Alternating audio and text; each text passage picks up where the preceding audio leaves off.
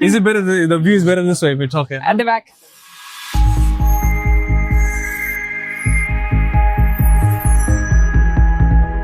Thank you for joining us today. Aaron actually used to work with us at My Wi-Fi and then has moved now across to EdgeConnect. They are our preferred providers for internet and VoIP solutions, and we work heavily with them. And reason being, their service is impeccable, their turnaround is impeccable, and their service again is impeccable. So Aaron, let us know what you guys do. Oh, well, thank you so much for that introduction. I mean, that alone, you said it all. So EdgeConnect, we're an ISP, and we specialize in your hosting, your voice, as well as your internet. Yeah. We do fiber to the home and as well as fiber to the business. Yeah. We are partnered with your major FNOs, which is your fiber network operators. Okay. It's your Link Africas, your Frogfoots, your DFA, your Metro Fiber. So our footprint is national, as well as we do cross-border. So we've got presence cross-border as well as throughout South Africa. That's amazing. So also your coverage if you go cross-border, then your coverage around South Africa is South Africa, correct? That's correct, yeah. So Okay. we're planning on taking over the world, yeah. Well, that's the aim, right? There we go. How important is it to have a stable internet provider into your environment? All right, so you try watching one of your favorite series Yeah. and you don't have internet or stable internet connectivity. What are you going to do? You're going to throw your remote, right? Probably all the TV out the window. That's it. So that's not us. Okay. So we do have our own network, and it's highly redundant.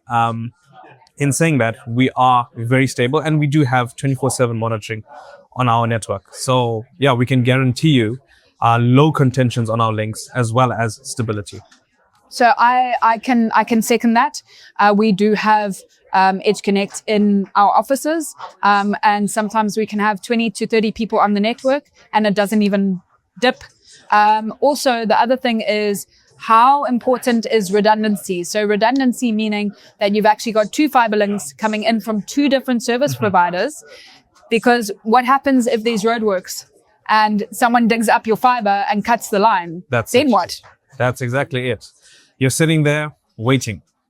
So yeah, we can provide you with a redundant solution as well. So again, it's depending on your infrastructure, whether we're using the likes of your Link Africa or your DFA, we can put in a secondary link like your OpenServe or Metro Fiber. Okay. But doesn't fiber come in the same way? Not necessarily.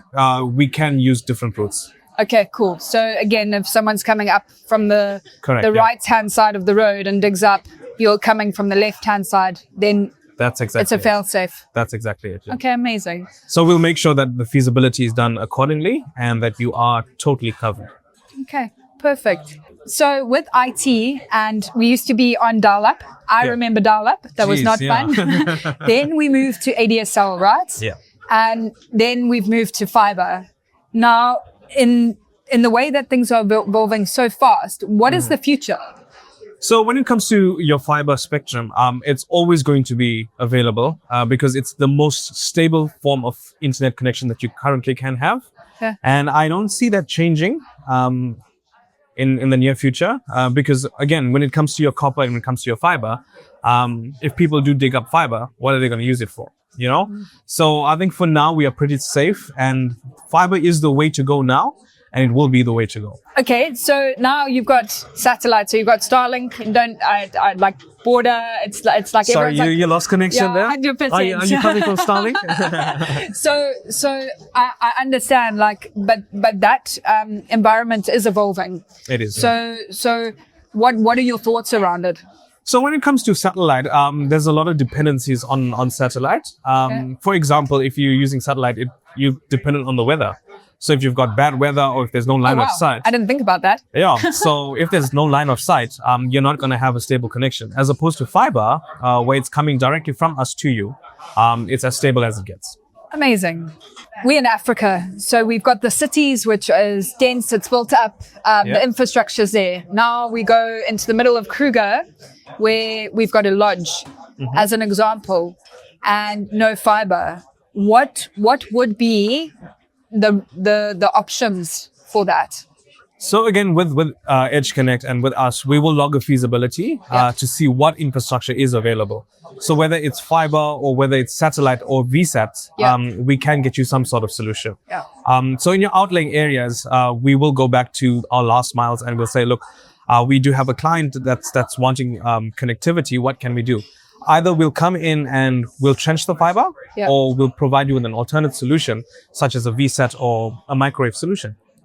And then it's the same. You for your failover, if you've got a VSAT, some places still have cell phone signal. So then someone would maybe put an LTE in, or an alternative option in that way, right? That's exactly, Thank you for taking the time and also for being a part of the SPMA event with us and partnering with us. Absolutely. We've got a very long relationship, and we value your guys' support, love, friendship, and we wouldn't have it any other way. And thank you so much, Renee, for having us and hosting Edge Connect and allowing us to be a part of this expedition.